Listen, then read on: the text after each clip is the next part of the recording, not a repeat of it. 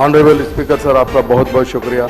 आज जो minority scholarship का जो क्वेश्चन है, जिसमें हुकूमत ने सीधा कहा कि टोटल 4,944 एप्लीकेशन है, जिसमें रिलीज़ कर दिया 520 एप्लीकेशन पेंडिंग है, जिसका अमाउंट सो एंड सो है, बल्कि बताया सर।